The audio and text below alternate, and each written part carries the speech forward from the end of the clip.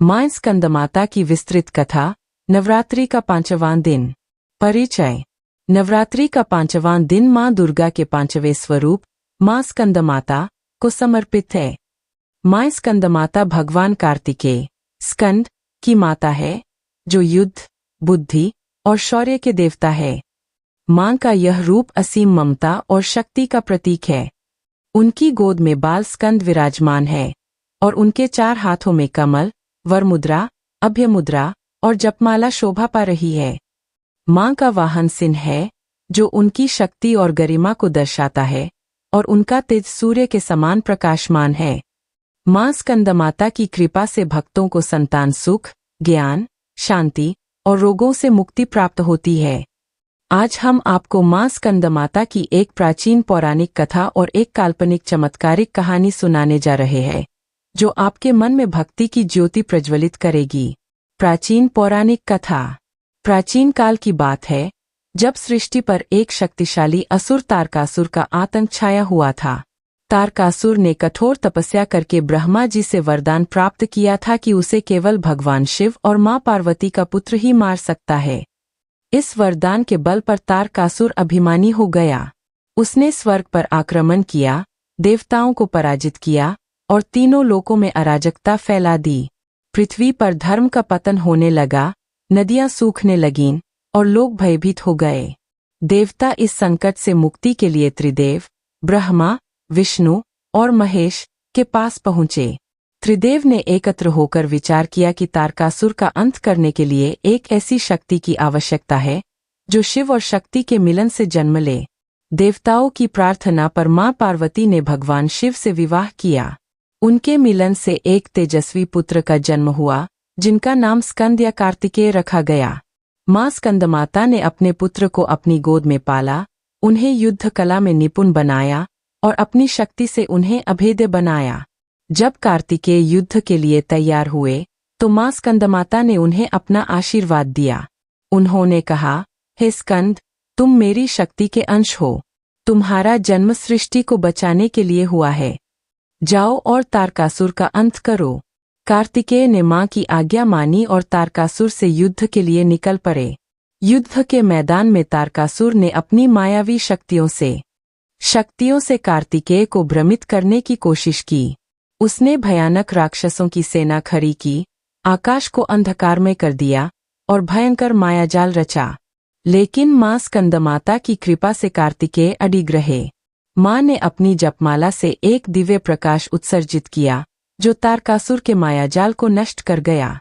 कार्तिकेय ने अपनी वेल, भाला से तारकासुर का वध किया और सृष्टि को उसके आतंक से मुक्त किया। देवताओं ने मां स्कंदमाता की स्तुति की और कहा, हे मां, तुमने अपने पुत्र को शक्ति दी और सृष्टि की रक्षा की। तुम ममता और शक्ति का सागर हो। इस तरह मां स्कंदमाता को सृष्टि की रक्षक और संतान की रक्षिका के रूप में पूजा जाने लगा। उनकी कथा हमें सिखाती है कि मां की कृपा से कोई भी बाधा पार की जा सकती है। काल्पनिक चमत्कारिक कहानी। यह कहानी है हिमाचल के एक छोटे से गांव कसोल की, जहां एक साधारण परिवार में रहने वाली एक मां, सरस्वती, और उसका बेटा नील रहते थे। सरस्वती एक अकेली मां थी, जिसका पति कई साल पहले एक हादसे में चल बसा था। नील उसका इकलौता बेटा था, जो बचपन से ही बहुत बुद्धिमान और जिज्ञासु था। लेकिन एक दिन नील को एक रहस्यमयी बीमारी ने जकड़ लिया। उसका शरीर कमजोर होने लगा और वह बिस्तर से उठ भी नहीं पाता था। गांव के वैद्य और शहर के डॉक्टरों ने कई दवाइयां दीं, लेकिन कोई फायदा नहीं हुआ। डॉक्टरों ने कहा कि नील की बीमारी लाइलाज है और वह शायद ज्यादा दिन जीवित नहीं रहेगा। सरस्वती का दिल टूट गया। नील उसकी जिंदगी का एकमात्र सहारा था। वह दिन रात उसकी सेवा करती, लेकिन उसकी हालत बिगड़ती जा रही थी। गांव वालों ने सरस्वती को सलाह दी कि वह पास के पहाड़ पर स्थित प्राचीन मां स्कंदमाता मंदिर में जाए।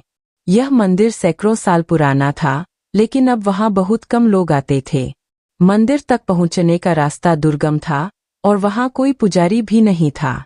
फिर भी सरस्वती ने हिम्मत जुटाई और नील को एक गाड़ी में लिटाकर मंदिर की ओर चल पड़ी। पहाड़ की चढ़ाई कठिन थी। बारिश और ठंडी हवाओं ने रास्ते को और मुश्किल बना दिया। कई बार सरस्वती का मन डगमगाया, लेकिन वह रुकी नहीं। आखिरकार वह मंदिर पहुंची। मंदिर की मूर्ति धुंध से ढकी थी, लेकिन मां स्कंदमाता की मूर्ति का तेज अब भी वैसा ही था। मां की गोद में बाल स्कंद बैठे थे और उनके चेहरे पर ममता भरी मुस्क थी। सरस्वती ने नील को मूर्ति के सामने लिटाया और रोते हुए प्रार्थना की, हे मां स्कंदमाता, तुमने अपने पुत्र स्कंद की रक्षा की, मेरे नील को भी बचा लो। मैं तुम्हारी शरण में हूँ, मेरे पास और कोई नहीं है। सरस्वती ने मंदिर की साफ सफाई की। उसने पास के जंगल से कमल के फूल तोड़े और मां को अर्पित किए।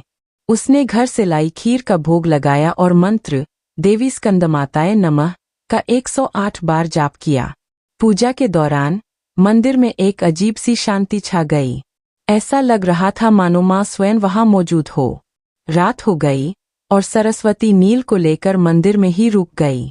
उसी रात सरस्वती को एक स्वप्न आया। मां स्कंदमाता अपने सिंह पर सवार बाल स्कंद को गोद में लिए हुए प्रकट हुईं। उनके चेहरे पर सूर्य सा तेज और ममता भरी मुस्कान थी। उन्होंने कहा, सरस्वती, तेरे विश्वास ने मुझे प्रसन्न किया है। अपने बेटे को मेरे मंदिर के पास वाले झरने के पानी से स्नान करा। मेरी कृपा से उसका कष्ट दूर होगा। सरस्वती की आंख खुली और उसने देखा कि सुबह हो चुकी थी। उसने नील को मंदिर के पास बहने वाले झरने तक ले गई। झरने का पानी ठंडा लेकिन निर्मल था। उसने नील को उस पानी से स्नान कराया और फिर मां की पूजा की। कुछ दिनों बाद चमत्कार हुआ। नील का स्वास्थ्य धीरे धीरे सुधरने लगा। वह बिस्तर से उठने लगा और उसकी कमजोरी गायब होने लगी। डॉक्टर हैरान थे, क्योंकि उनकी बीमारी को असाध्य माना गया था। नील न केवल ठीक हुआ, बल्कि वह पहले से कहीं ज्यादा बुद्धिमान और स्वस्थ हो गया। उसने स्कूल में पढ़ाई शुरू की और हर परीक्षा में अव्वल आने लगा। गांव वालों ने इसे मां स्कंदमाता का चमत्कार माना। लेकिन कहानी यही खत्म नहीं हुई।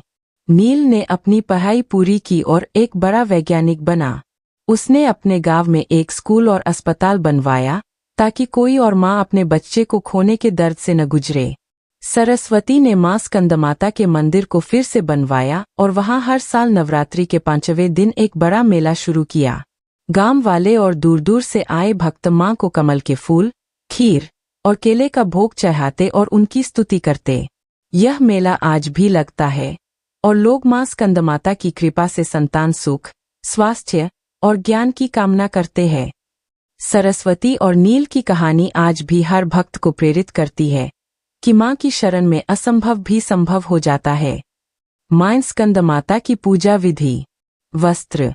इस दिन भक्त सफेद, हल्के नीले या पीले वस्त्र पहनें। भोग। मां को कमल के फूल, केले, खीर और मिश्री अर्पित करें। मंत्र देवी स्कंदमाताए नमः का 108 बार जाप करें। पूजा। मां की मूर्ति या चित्र को सजाएं, दीप जलाएं और उनकी कथा का पाठ करें। आरती। मां स्कंदमाता की आरती गाएं। लाभ। मां की कृपा से संतान सुख, स्वास्थ्य, ज्ञान और मानसिक शांति प्राप्त होती है। रोग, शोक और भय का नाश होता है। निष्कर्ष।